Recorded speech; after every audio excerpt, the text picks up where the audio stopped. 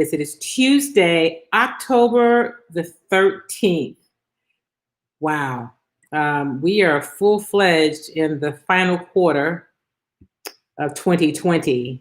And what a year it's been, right? So listen, welcome, first of all, to Chalk Talk. Thank you for joining me this morning on today's show. It is always good to have you guys on board with me, because otherwise the conversation is just kind of me talking to myself. So thank you for being here today. There's a lot to get to. Since we were last together, let's see some of the things that have happened. There was a vice presidential debate. We'll get to that a little bit later. The Houston Texans won their first game of the season. There is a new NBA champion.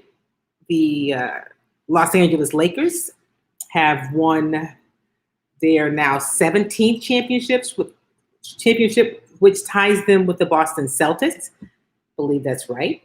LeBron James was the MVP, and what a season that championship capped off, right? In the bubble, all of the social justice conversations and actions and activities in the bubble, before the bubble, things that will continue.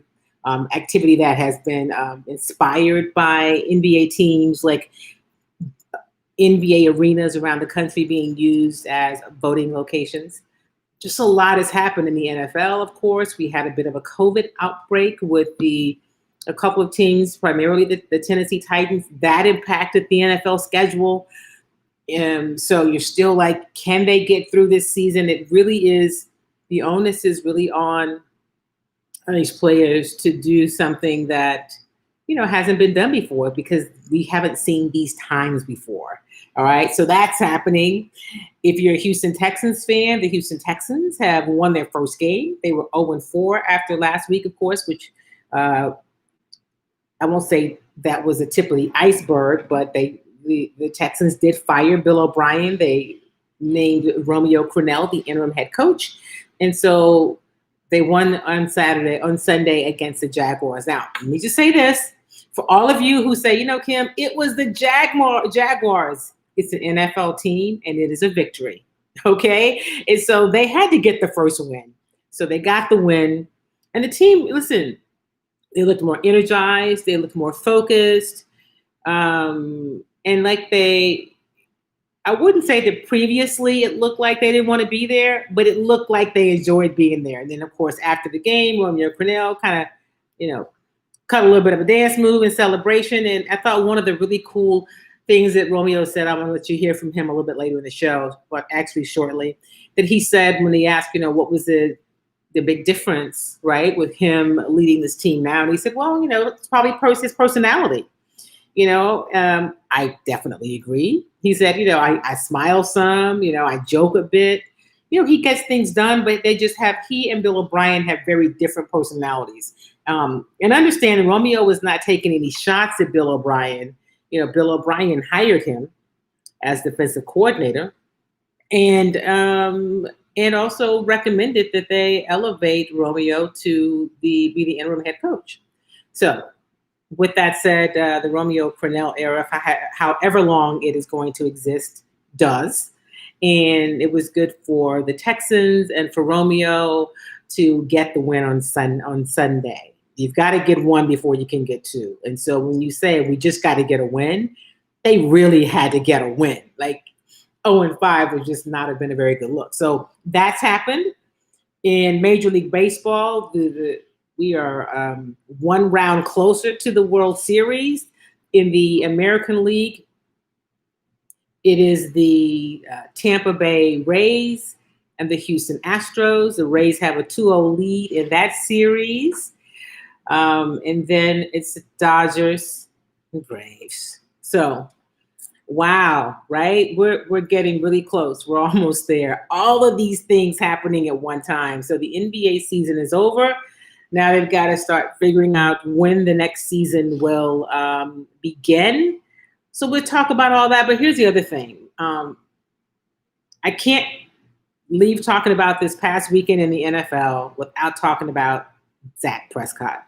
Whether you are a Dallas Cowboys fan or not, that was just that was a horrific injury. And to see it, I felt it. And so let me say this, like I had that injury, not on a football field, but for those of you who know about my ankle injury issues, they started from when I was in college as a tennis player at Texas A&M. I did not injure my ankle playing tennis, but I was at the Letterman picnic.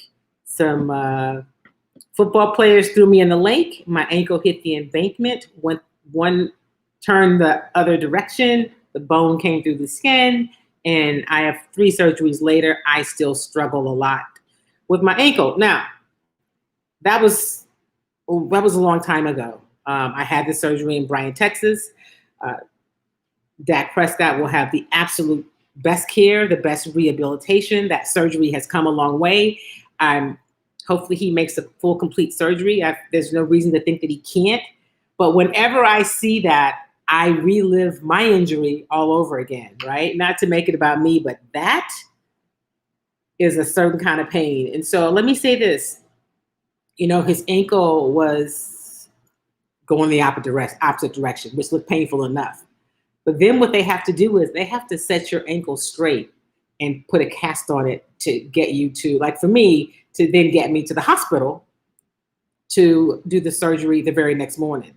They can't just leave your ankle that way. So when I saw it, I'm like, oh my gosh, and they're gonna have to straighten it. And they don't give you anything because they've got to do it right away. So prayers to Dak Prescott, because that was awful. And people are like, well, he's in tears. Yeah, he's in some kind of pain that you have no idea he's having. So I hope that, his recovery is good and that he is treated fairly in terms of his future with the Cowboys. I'm not super confident about that.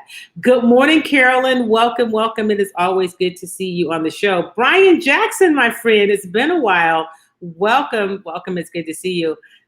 Joanne, hello, Joanne. Welcome to Chalk Talk. And Joanne says, I never knew the story about your ankle. Really? I have a friend that says, one of my friends who's also a colleague, I also am a speaker. And she says, can't believe you don't talk about that more. And it is part of my story, and it is why I have ankle issues to this day. Talk about things changing on a dime. I had a pin, a plate, and 4 screws in my left ankle. That was a surgery that I had. And changes a lot. So welcome, welcome, welcome to Chalk Talk. I'm glad you guys are here today. I'm going to let you hear from Romeo Cornell. I'm going to let you hear some from Deshaun Watson. And listen, I know that some of you watch from different parts of the country. Wherever you are, pay attention to whether or not it's time your state has early voting and if it started. Early voting has started in 16 states. And there are, by the end of the week, 6 more states will also be voting early. Texas started its early voting today. I will go tomorrow. I'm excited about it. And I'm going early. And I just encourage all of you to have a plan, right? We've seen that the lines are long, especially depending on what neighborhood you're in, what part of town you go to the polls in. Voter suppression is real. It is happening. And we just have to not be deterred, right? We have to not be deterred. So I encourage you to have a plan of action. Maybe go with somebody if you can. If you can't, go alone. If you need to take a folding chair with you, maybe some snacks, some water, just have a plan. And my prayer is that you're able to vote safely and without any incident, okay? Because that's really important. These are really some crazy times, and these are some times where we all need to really be in this thing together. And so voting is super important. And as I hop back to sports, I want to also make sure that we talk about the new NBA champion, the Los Angeles Lakers, right? LeBron James has now won his 4th championship with 3 different teams. He won the MVP. He was named MVP of the finals, the championship. And what he and Anthony Davis did together, how they worked together, was really nothing short. It was fun to watch, right? But you got to give credit to all of those teams that competed in the bubble, and take a step back and also give credit to Adam Silver and the NBA. They came up with a plan of action to create an environment that would be as safe and controlled for the players to complete the season as possible. And they created a bubble, and it worked, right? They didn't have any positive tests in the bubble. If you did not follow the rules of the bubble, you were asked to leave. The Houston Texans saw that with Daniel House, who was escorted out of the bubble for breaking the protocol rules. And although the NBA is saying that they want to wait until they're able to have fans back, because that was so hard on the teams. I mean, being isolated from their families for months, the players, the coaches, that was difficult. That was a challenge, and they rose to the occasion. So good morning, Sylvia, my sister Sylvia, since we have celebrated a birthday on this past weekend. So that was also a lot of fun.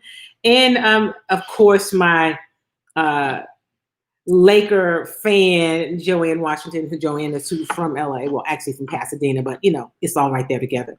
So yes, how about those Lakers? I was actually pulling for them, but man, it was tough to see how hard Eric Spoelstra took it from the Miami Heat. Like they gave it what they had. Jimmy Butler played his heart out, and it was good basketball, and it was just good. I'm glad to see the Lakers win. I'm glad to see LeBron get that championship, the Lakers to get that championship. They won it in the name of Kobe Bryant. Just, there's just so many good things about it, right? And we need some good things. And one of the things LeBron said at the end of the game in his post-game interviews, he said, he reminded us that this season for him was about so much more than the championship. It's about pushing for social justice, fighting against police brutality, fighting against voter suppression, doing the work. And he said they have to continue to do that. He's proud to be able to lead and support and have a community of people, a brotherhood of people that are on this journey with him. He made it clear it is not over. Because the season is over, they still have work to do, and they have to let their voices be heard. The NBA has done a good job of that.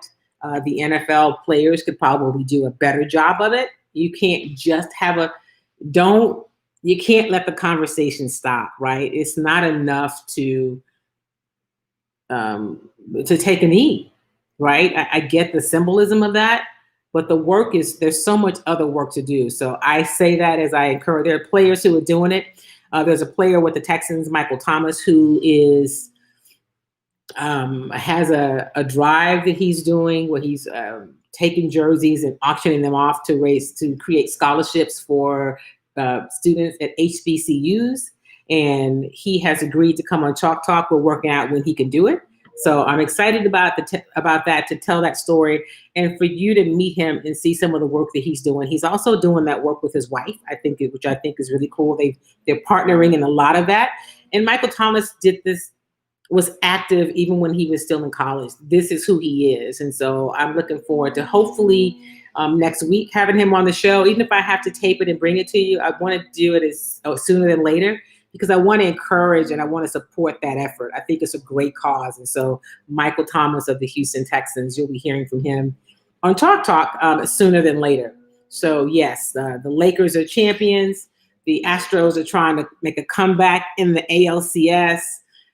They have been hit hard with injury, with pitching, with a bullpen that's I hate to use the word suspect, but that is challenged. So there's just, I'd like to see the Astros be able to pull something kind of miraculous off for the team, but also Dusty Baker. So those are some of the things I want to talk about today. If you have been out to vote, let me know what your experience has been, and anything that you can offer in terms of tips, encouragement. because these next few weeks are going to be really key. We are not going to operate in a spirit of fear. We do not have that. So we're going to the polls proudly, and for me, prayerfully, but definitely proudly and on mission. I mean, my mother, I shared this with somebody, I think I shared it on Twitter, is 89 years old, and she has been voting absentee for years, has been comfortable doing it. She takes her civic responsibility very seriously. She is incredibly engaged, and she has said, "No, I'm not mailing that ballot in. I don't want to take a chance." So my mother, at 89, who is a cancer survivor, so I'm always concerned about her immune system, and is on a walker, is like, I got to get to the poll. So we're going to work it out. And of course, I live in Texas. Many of you who follow the show are in Texas, with a governor who said that only one polling location makes sense to have in Harris County for 4.5 million people. That's absurd. People, that's what vote. If you wonder what is voter suppression, that's what it is. That's one example. So we'll work it out, because she can go to the poll, but I don't want her to have to get out and on her walker try to get into a polling location. So I've got to find a place where I can take her, where they can come out to the curb, because I can't take her ballot in and drop it off for her because I'm not her. So, it is interesting. And good morning, Brian Bearfield from San Diego, my friend and colleague. Brian is in San Diego covering those Houston Astros. I may have Brian maybe hop in and join us for a few minutes and talk a little bit about the game yesterday. We saw the game. I saw the game. I'm watching him on TV Sunday night, and then yesterday, Brian is out there. Maybe he can jump in and share with us a little bit what the atmosphere is. And let me see this. So yeah, it is a lot going on. I hope that things are going well in San Diego, my friend. I'm sure the weather is amazing, because after all, it is. After all, it is San Diego, and how bad could that be? So yeah, a lot to get to. So let me let you hear a little bit from Romeo Crennel after the Texans win. Let's do this. Could you please talk about what it means to get the win, and also the performance of the defense, those two drives that started your end after interception, which they didn't score? How big was that? John, that was huge. The win was huge, particularly the way that we started the season, not winning a game out of 4, and then being able to come here at home and play a tough game, hang in there. All phases made a contribution to the victory. And then we had several players who stepped up and did very well. The quarterback played well, the receivers played well, the runners were able to run, the line blocked. Defensively, I think we were under 100 yards rushing for the first time this season, and got some turnovers, John, which we hadn't been getting. And so all of those things combined helped us win the game. What about those two drives in which they started in your end and did not score? Well, I think we got a turnover on one of them, but that's huge when you can hold a team down and keep them from driving the ball and scoring, particularly when the game is a close game. And because this is a game of momentum, and if they were able to drive it and score, then the momentum shifts to them. But then when we make the stop, the momentum shifts to us, and let's see here. That was Romeo Crennel after the Texans interim head coach, after the Texans get their first win of the season got the first win of the season on this past Sunday. Good morning, Charles Drayden. Welcome. It's good to see you here. And you are absolutely right. Vote. It is really that simple. We all have to vote. And so I encourage you to do that. Plan out where you're going. Make sure before you head out that you have what you need. Do you have your ID? If you are, make sure you have your driver's license or your state ID or whatever you're required to have in the state where you live. If you're in Texas, you don't have to have your voter registration card. If you have your driver's license, your picture ID, that will get you in. But make sure you know where you're going to vote. And I say that because for years I have voted at the Fiesta over near NRG Stadium. I always early vote.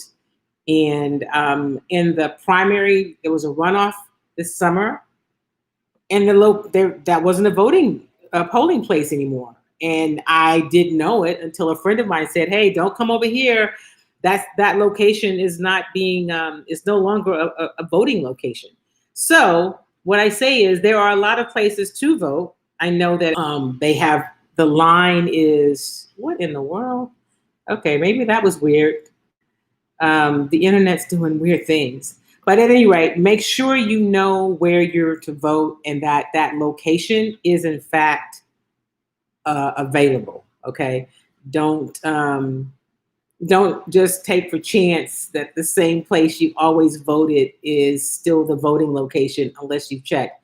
Go online and check, get the list, and then plan for lines, people. Depending on what part of town you're voting in, you could very well be in some lengthy lines. So I'm just encouraging you to not be deterred, which is what the others want you to do. And for those of you who say my vote does not count, I will remind you they would not try so hard to keep us from voting if your vote didn't matter. So just know that. All right. You are listening and watching Chalk Talk. Thank you so much for being a part of today's show. I also am going to let you hear from Deshaun Watson after the Texans win on Sunday.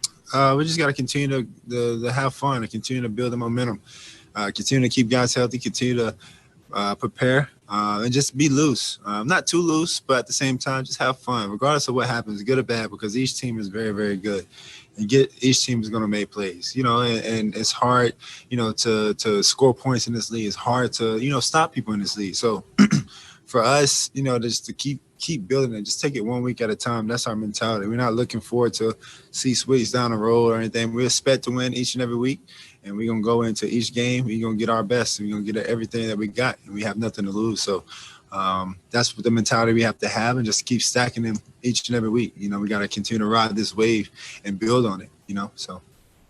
Greg Bailey. That is indeed the case. They have got to create a wave and ride it. They got the first win on Sunday. It's the start. You got to take some small steps. And so, listen, I don't know how good this Texans team can be. I know that clearly it was the right move at the right time, finally, for them to make a coaching change. And you just want to see the best from Romeo Crennel. I think the players respect him and they like him. And that may not seem like, well, that's important. They trust him. They know that this is from talking to some of the players, right? They trust him and they respect him, and they know that he is, he's like, listen, everybody's got a job to do. And so I need you to do what it is you do. And I will be, in charge of all of it. But I'm going to let you do what I need you to handle your role. And so I thought the play calling was a little better on Sunday. And it was a better brand of football than we've seen. When you make changes, clearly there's kind of a renewed energy, at least you would hope so. And we'll just see what they do moving forward. But a new era in Texans football. And then, of course, the next thing will be who they hire in the offseason to be the general manager. And I've already, seen these stories about how Cal McNair is still interested in hiring the guy from the Patriots. I don't know what this fascination is about the Patriots organization. I hope that he moves on and considers some others. Last week on the show, I mentioned the guy, Louis Riddick. And I also mentioned somebody, Malik Boyd, who is the director of personnel for the Buffalo Bills.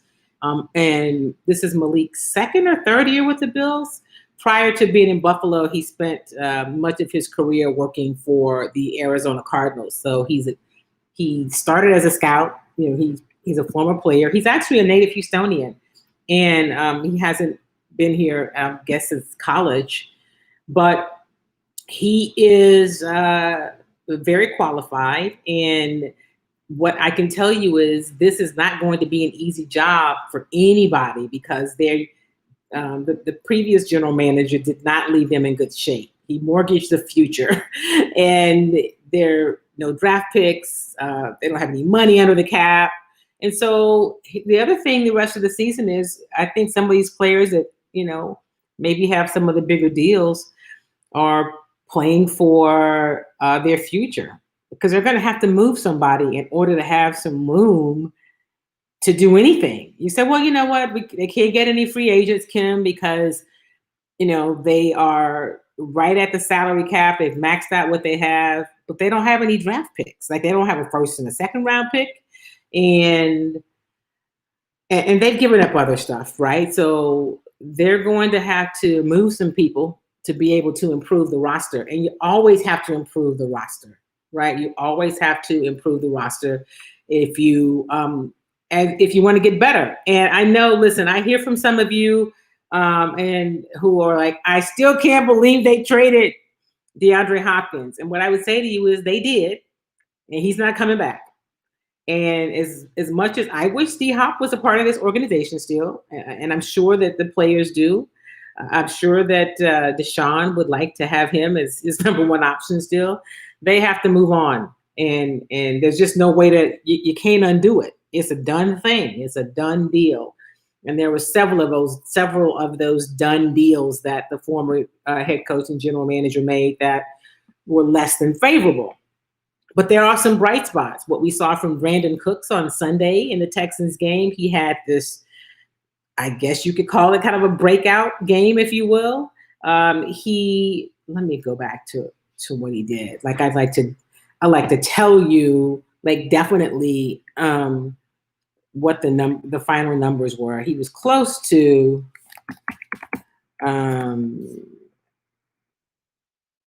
200 yards. I mean, he was, here we go. Let's see here.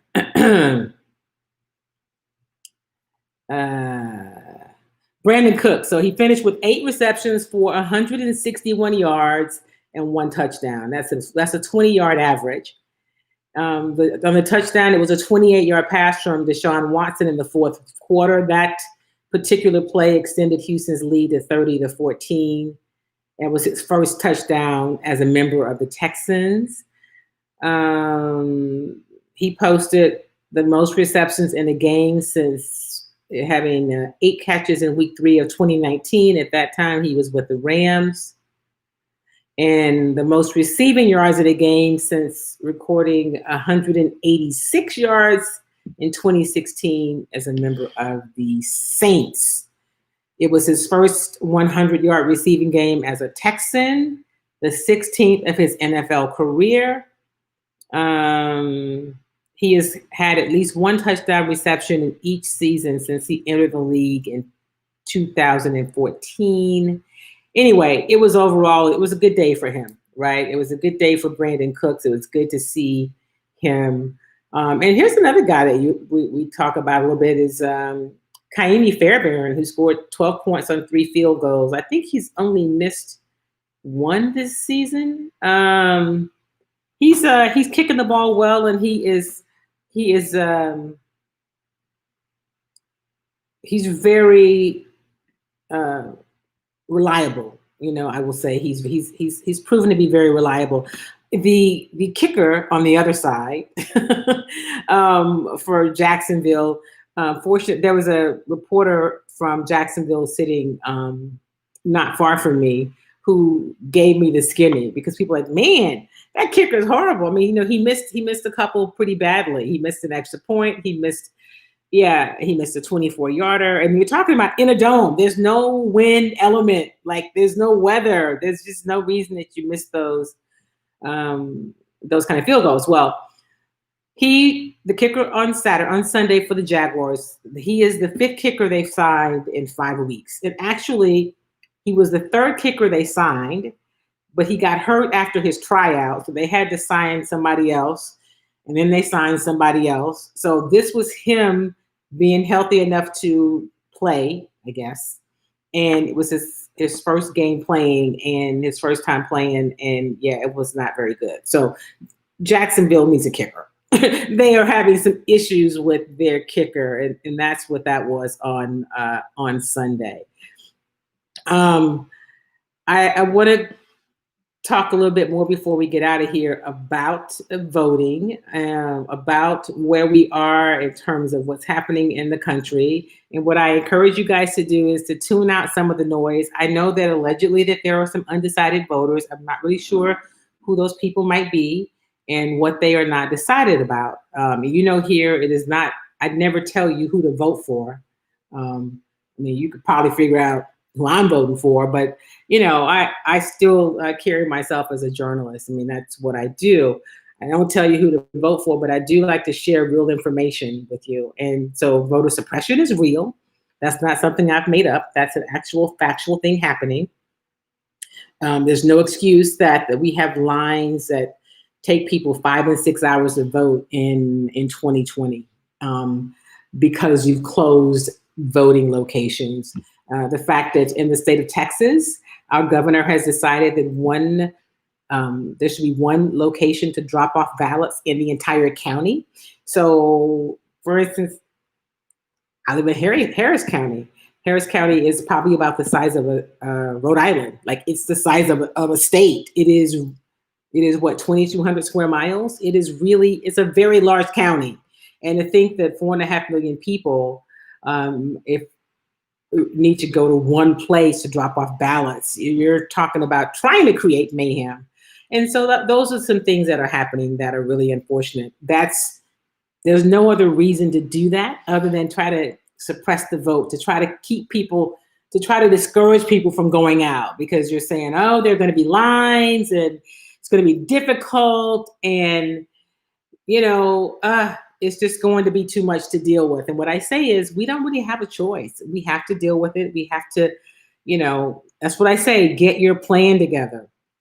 I usually like to vote on the first day of early voting. And obviously I do my show on Tuesday mornings, and then my afternoon, I'm packed with meetings and work the rest of today. But tomorrow morning, I will start my day by exercising my right to vote. I'm excited about it. I've always been excited about it. And I encourage you to be excited about it too. I think that we need to just encourage one another. If you know somebody who's like thinking about sitting out, I think if you could just nudge them and say, hey, listen, we can't afford to sit this one out. We've got to be involved and engaged. I encourage you to do that. I'm trying to think about what my plan is going to be on actual election day. I think what I'll do after I finish my show is to go to a polling location and maybe, pass out water or snacks to people in the line. But I want to make sure that I am being a part of the solution and trying to figure out what I can do to be helpful. And if I have any time other days, I will see what I can do to go and help out someplace. I'm making, phone calls, encouraging people to vote. We can all do a little bit of something. And so I encourage you to do just that. All right. I'm going to wrap up today. I've been working on getting these shows closer to 30 minutes, and we are at 34 minutes. So I'm closer today. I mentioned to you earlier, I hope to have Michael Thomas of the Texans on with us next week, or at least an interview with him. We can record it in advance. Obviously their schedules are kind of crazy, but he has agreed to do something. I want to, check out his Instagram page or his Twitter page. He is, he's doing something called, let me just pull it up because I saw it on his Instagram page and reached out to him. He is doing something called, wait, where is it? It's Victory Mondays, right? So after every win, luckily the Texans got a win, he's auctioning off the game jersey that he had, a worn game jersey, to raise funds for scholarships to HBCU students. So if you want to go to Victory Mondays on Instagram, you can follow him and you can support by getting in your bids. I think that's, I mean, he didn't go to an HBCU, but you don't have to support, right? He went to Stanford, but I just think that what he's doing is, and he and his wife work together in their foundation. So let's support that effort. Let's support HBCUs, and let's make sure that we get out to vote. It's important. Make a plan, and maybe you can help somebody. Do you have an elderly neighbor or relative who needs some help getting to the polls, or needs to be driven to the poll, and so that you can help, so that somebody can come out to the car and they can, they can vote that way. We just got to take care of each other and our neighbors, and whatever you can do, whether you help one person or you help 100 people, whatever you do is something. And if we all do a little bit, then everything will get done. I mean, that's not something new. We've always known that. Good morning, Reginald H. Thank you so much for being a part of the show. Just do whatever your part is, and I'm going to figure out what I can do and how often I can do it. And, I can't every day. Obviously, I'm running a business in a crazy, crazy time. And so I have to do that. But whatever spare time I can give, it's super important that we do that. The other thing is, I'm going to start talking to you guys about Kimmy Treats. I'm going to be doing some special things for the holidays. And I encourage you to go to my website and check it out. You can order now. I have changed the packaging, so I've got to change the pictures, but I haven't done that yet. But I am going to. But the packaging is different. Oh, wait, let me show you. So if you go to Sunshine's, right, and you buy the packaging, the other packaging is what it has been because of just a space. But this is what the new packaging looks like. It's sustainable, and if you can kind of see it, I like it. I think it looks good, but I like the fact that also it's sustainable, right? Which is important to me.